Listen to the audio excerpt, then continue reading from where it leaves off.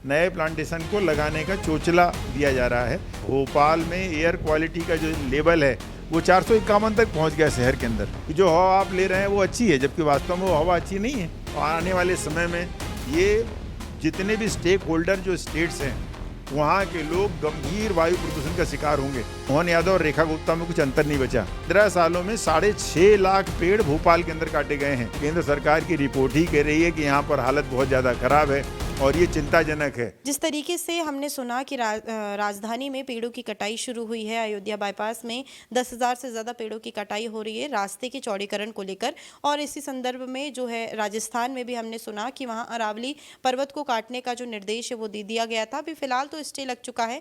हमारे साथ जो है एनवायरमेंटलिस्ट है सुभाष सिंह पांडे जी, उनसे हम बातचीत करेंगे। ये काफ़ी ज़्यादा एनवायरनमेंट को लेकर आवाज़ें उठाते हैं और कहीं ना कहीं खड़े रहते हैं कि एनवायरनमेंट को हानि ना पहुंचे। सर, बहुत स्वागत है आपका। जी नमस्कार। हमने आपके बारे में काफ़ी सुना है कि आप हमेशा ही एनवायरनमेंट को लेकर कदम उठाते हैं, खड़े रहते हैं, पेड़ों की कटाई को लेकर याचिकाएं लगाते हैं। आखिर आपने ये शुरुआत कहाँ से की थी और अब तक आप क्या क्या चीज़ें कर चुके हैं? अब बहुत सारी चीज़ों का कंसर्न तो नहीं है अभी फ़िलहाल आपसे। दरअसल क्या है, इन्वायरमेंट ऐसा शब्द नहीं है कि जिसको केवल पेड़ों की कटाई तक लिया जाए। इन्वायरमेंट जो है वो ज़मीन की चीज़ें हैं।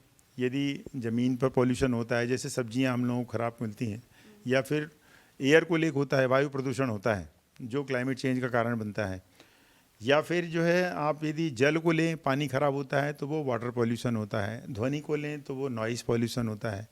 प्रकाश को लें तो वो लाइट पॉल्यूशन होता है। ऐसे बहुत सारे आयाम हैं जो अभी भी अधिकांश मीडिया के लोग नहीं जानते, या कुछ लोग थोड़ा बहुत जानते हैं और पब्लिक तो बिल्कुल नहीं जानती। मैंने समझा कि ये मेरी ड्यूटी है कि मैं सब नौकरी और तमाम चीज़ों को छोड़ करके इस दिशा में काम करूं और अपनी मातृभूमि की सही मायने में कुछ कंट्रीब्यूट कर पाऊँ, तो उसी दिशा में लगा हूँ। बहुत सारी याचिकाएं हैं, 61 से अधिक याचिकाएं लगा चुका हूँ। कुछ याचिकाएं सुप्रीम कोर्ट में चल रही हैं, कुछ हाई कोर्ट मध्य प्रदेश में है, और नेशनल ग्रीन ट्रिब्यूनल में अधिकांश याचिकाएं हैं। और इन सभी याचिकाओं में जल, जंगल, ज़मीन, पानी, हवा, इनको बचाने के लिए अलग अलग तरह की याचिकाएं हैं।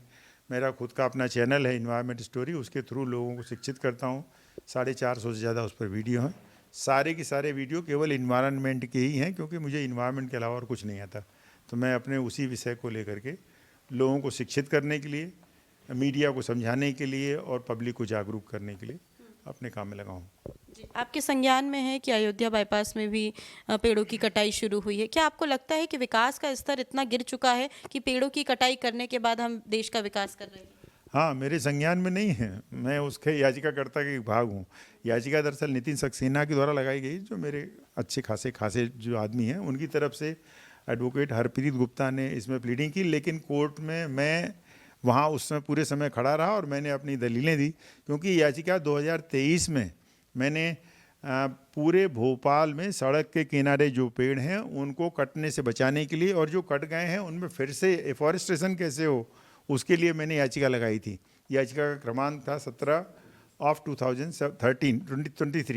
2023 का 17 क्रमांक जो है उस पर मैंने याचिका लगाई थी। वो याचिका में सुनवाई अभी चली रही है कि जहाँ जहाँ पर पेड़ों की कटाई किसी आम पब्लिक के द्वारा या किसी नोटोरियस पर्सन द्वारा कम कर दी है तो वहाँ पर प्लांटेशन किया जाए। इसी बीच में नई खबर आ गई कि पेड़ों को नए पौधे लगाने की बजाय वो पूरे 16 किलोमीटर की सारा ही प्लांटेशन ख़त्म कर दिया जाएगा। 10,000 से अधिक पौधे जो प्लांट हैं, ट्री प्लांट्स हैं, उनको काट दिया जाएगा और नया प्लांटेशन अपनी तरफ से लगाने का काम किया। मतलब नए प्लांटेशन को लगाने का चोचला दिया जा रहा है। एक्चुअली प्लांट कहीं नहीं लगाए जाते और कहीं पर विजिबली दिखते नहीं हैं। ये सब प्लांट काटने के नाम पर ये तरह तरह की कस्में और सब वादे किए जाते हैं। ज़मीन पर कहीं कोई प्लांटेशन नहीं मिलता। तो 2023 से लड़ाई चल रही है, जिसके रूप में बाद में national highway authority of India की तरफ से स्टेट गवर्नमेंट ने मिल करके इन पेड़ों को काट करके और उसके बदले सड़क चौड़ी करने का ये काम किया है। और उसमें हमने तमाम तरह की प्ली दी।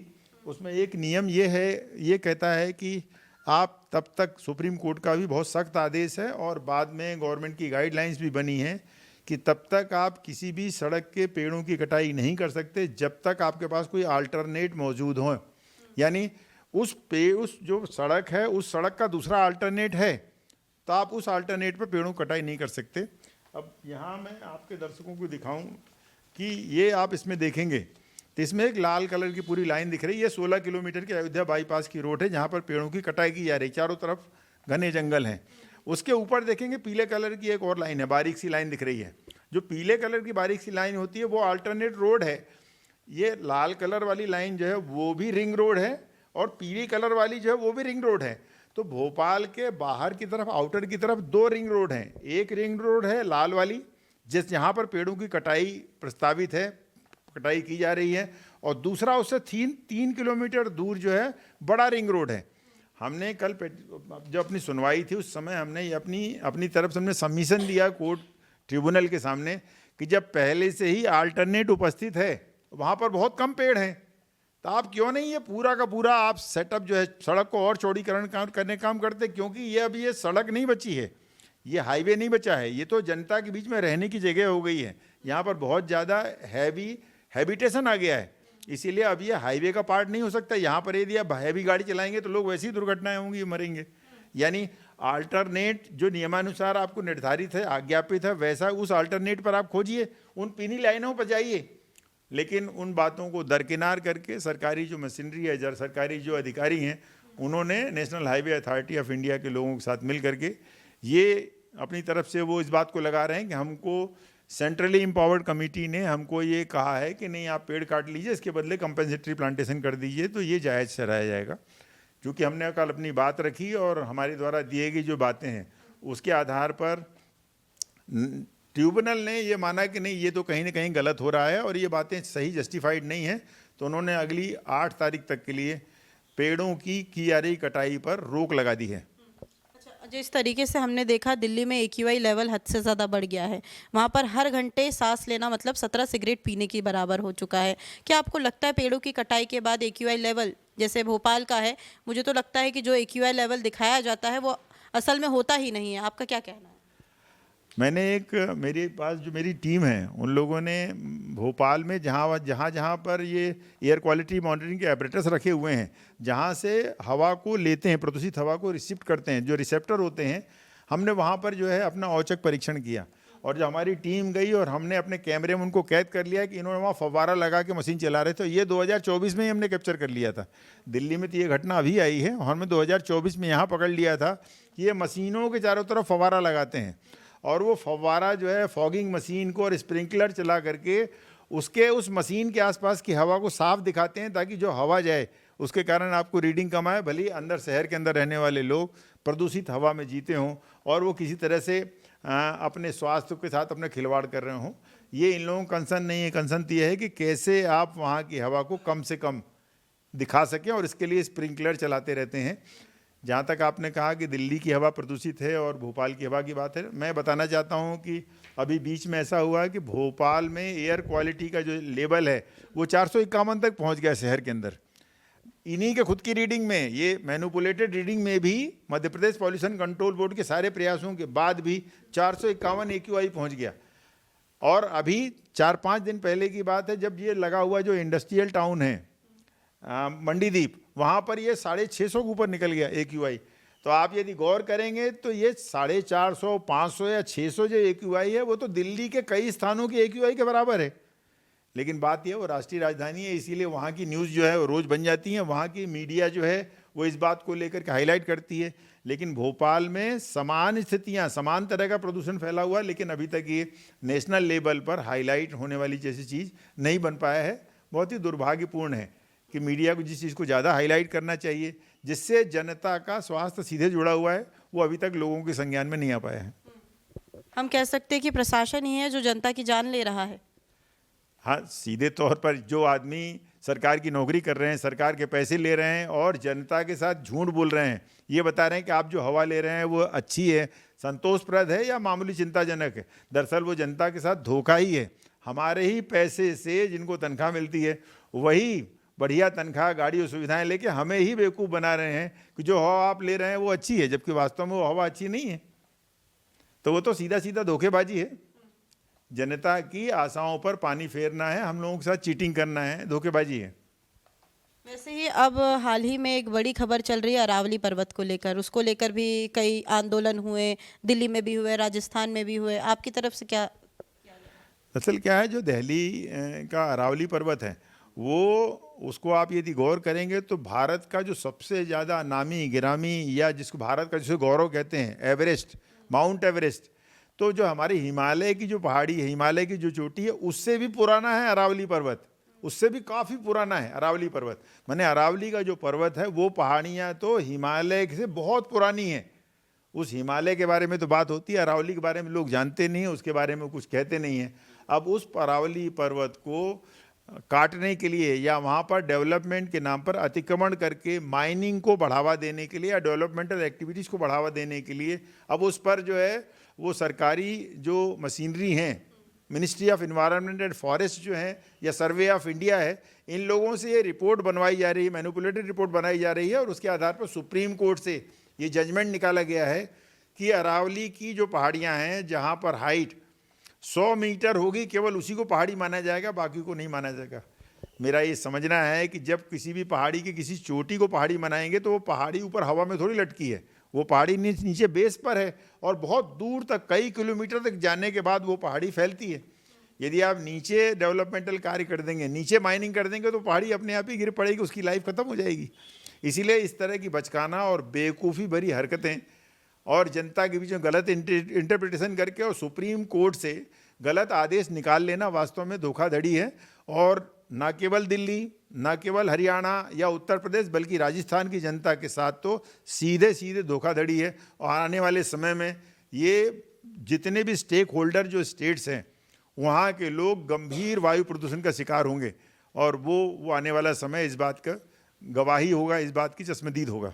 बिल्कुल, आपने और साथ ही राजधानी भोपाल की AQI का भी जिक्र किया, मंडीदीप का भी जिक्र किया। अभी AQI जो मंडीदीप का निकलकर सामने आया था हाल ही में, तो ये बताया गया था कि दिल्ली के AQI से 3 गुना ज़्यादा जो मंडीदीप का AQI है, और लगा हुआ शहर अपना है। हाँ, मैं तो ऐसा नहीं कहूँगा कि दिल्ली की हवा से 3 गुना अधिक AQI यहाँ मंडीदीप का इंडस्ट्रियल एरिया का निकला है, लेकिन ये बिल्कुल पक्का है कि दिल्ली के बहुत सारे स्थानों का AQI लेवल आज भी 650 से ज़्यादा नहीं है, और उस लेवल या उससे थोड़ा सा ज़्यादा जो है वो यदि भोपाल के मंडीदीप एरिया का यदि AQI मिलता है तो वो बहुत ज़्यादा गंभीर और चिंताजनक स्थिति है। यदि इतना समझने के बाद भी Madhya Pradesh pollution control board या सेंट्रल पॉल्यूशन कंट्रोल बोर्ड या जो स्थानीय विभाग हैं या मुख्यमंत्री मोहन यादव इसके बाद भी नहीं चेतते हैं, तो इससे ज़्यादा दुर्भाग्यपूर्ण कुछ नहीं होगा। फिर तो यही होगा कि मोहन यादव और रेखा गुप्ता में कुछ अंतर नहीं बचा। जैसे रेखा गुप्ता कुछ भी कह देती हैं और लोग बोलते हैं नहीं नहीं इनकी बात पे ध्यान न दो, ये तो क्या है कि वो दूध की धोनी है, इनको समझता नहीं है। यदि मोहन यादव इन सब बातों को ये समझने के बाद नहीं लेते हैं तो फिर तो बहुत ही ज़्यादा दुर्भाग्यपूर्ण होगा, और जनता के लिए तो ऐसा होगा कि मुख्यमंत्री बदलने के बाद भी स्थितियों और हालात में कोई परिवर्तन नहीं हुआ है। आखिरी सवाल मेरा ये रहेगा, एक तरफ प्रशासन चला रही है कि एक पेड़ माँ के नाम लगाइए, और दूसरी तरफ पेड़ों की कटाई। अब कैसे माँ के नाम कोई पेड़ लगाए? आज आपने कहीं भी पेड़ लगा दिया और 10 साल के बाद वो पेड़ जो है किसी विकास के नाम पर, तथाकथित विकास के नाम पर वो पेड़ कट जाएंगे, तो आपके तो माँ के नाम का पेड़ भी गया, आपके पैसे भी लगे, आपका परिश्रम भी लग गया, और वो माँ के नाम का पेड़ भी कट गया। मैं बताना चाहता हूँ आपके दर्शकों को कि 1986 में जब भोपाल गैस कांड हुआ था, तो भोपाल गैस के कांड के बाद पूरे दुनिया में ये मैड डिज़ास्टर हुआ था। चेरनोबिल दुर्घटना है रूस में, उसके बाद सबसे बड़ा पूरी दुनिया का जो डिज़ास्टर था, यूनियन कार्बाइड का डिज़ास्टर था, उसके परिणाम स्वरूप ही इन्वायरमेंट प्रोटेक्शन एक्ट 1986 का निर्माण हुआ। इसके पहले देश में पर्यावरण के लिए कोई कानून नहीं था, और इस भोपाल गैस कांड के बाद जो निर्माण हुआ, उसी कारण एक फ़ायदा और भोपाल को मिला कि उसके बाद यहाँ पर भोपाल के लिए अलग से कैपिटल प्रोजेक्ट एडमिनिस्ट्रेशन CPA बनाया गया, एक विभाग बनाया गया। वो सिर्फ राजधानी भोपाल के अंदर पेड़ों की रक्षा के लिए, पेड़ लगाने के लिए जो है वो कटिबद्ध था। परिणाम उसका ये हुआ कि 47 लाख से ज़्यादा पेड़ उसके बाद लगाए गए। तो 1986 से ये पेड़ अभी पिछले 10 सालों तक लगातार लगाते रहे, जिसका परिणाम ये हुआ कि आसपास की हरियाली जो थोड़ी बहुत हमको दिखती है, वो हरियाली जो है वो उस समय लगाए गए पेड़ थे। अब आप पेड़ों को काटना शुरू कर दिया, अब लगातार पेड़ों को काटना, और पिछले 10 सालों में पेड़ों की बहुत ज़्यादा कटाई हुई है। मैंने एक बड़ी लंबी चौड़ी रिसर्च की, क्योंकि मेरे पास पूरी रिसर्च की लैब है और मैंने बहुत सारे लोगों को स्टाफ में लगाया, तो मैंने पहली बार ये बात को निकाला। सरकारी मशीनरी के पास भी ये डाटा नहीं है कि पिछले 15 सालों में 6.5 लाख पेड़ भोपाल के अंदर काटे गए हैं। राजधानी भोपाल के अंदर 6.5 लाख पेड़ काटे गए हैं और ये बहुत ज़्यादा दुर्भाग्यपूर्ण है। यदि एक साल के अंदर 50,000 से ज़्यादा पेड़ यूं ही काट लिए जाते हैं तो होते होते ये स्थिति बहुत ख़राब हो गई है। 1990 में 66% ग्रीनरी भोपाल की थी और आज वो ग्रीनरी 4% के आसपास रह गई है। क्या विश्वास करेंगे? मेरे पास उससे तथ्यात्मक जानकारी है। जिस भी पाठक को यदि कोई बात समझनी हो तो आप चाहें तो उनको आप बता सकते हैं, इस बात को ठीक से समझ सकते हैं। मैंने तमाम इन्वायरमेंट स्टोरी के अपने वीडियोस में भी इस बात को अपलोड किया है कि कहीं 66% का जो ग्रीन कैपिटल थी वो आज 4% की हरियाली को लेकर घूम रही है और यही ट्रेंड बना रहा तो धीरे धीरे ये ग्रीनरी भी ख़त्म हो जाएगी और बिना हरियाली का स्टेट ये वैसे ही हो जाएगा जैसे बाकी स्टेट हैं, जैसे इस देश के दूसरे स्टेट्स होते हैं, चाहे वो पटना ले लीजिए, लखनऊ ले लीजिए, जयपुर ले लीजिए, उन्हीं श्रेणी में ये भी आ जाएगा। और स्टेट तो रहेंगे, कैपिटल रहेगी, लेकिन यहाँ पर ग्रीनरी गायब हो जाएगी। मैं इस बात को यूँ रेखांकित करना चाहता हूँ कि केवल मेरी स्टडी नहीं है कि मैं एक एक्सपर्ट हूँ और इसलिए मैं स्टडी दिया है तो वो सबको माने। मेरी स्टडी के आधार पर कोर्ट ने संज्ञान ले लिया और नोटिस जारी कर दिया है, लेकिन खुद government of India, ministry of environment and forest की जो बाई एनुअल रिपोर्ट आती है, हर 2 साल में रिपोर्ट आती है, वो कह रही है कि भोपाल में हरियाली 0.54 स्क्वायर किलोमीटर कम हुई है। ये कैसे हो सकता है? ध्यान करिए, 0.54 स्क्वायर किलोमीटर बहुत बड़ा इलाका होता है कि भोपाल के अंदर, शहर के अंदर जहाँ 1-1 इंच ज़मीन नहीं मिलती है, वहाँ पर इतना बड़े जंगल तो समाप्त कर दिए गए। खुद सरकार, केंद्र सरकार की रिपोर्ट ही कह रही है कि यहाँ पर हालत बहुत ज़्यादा ख़राब है और ये चिंताजनक है।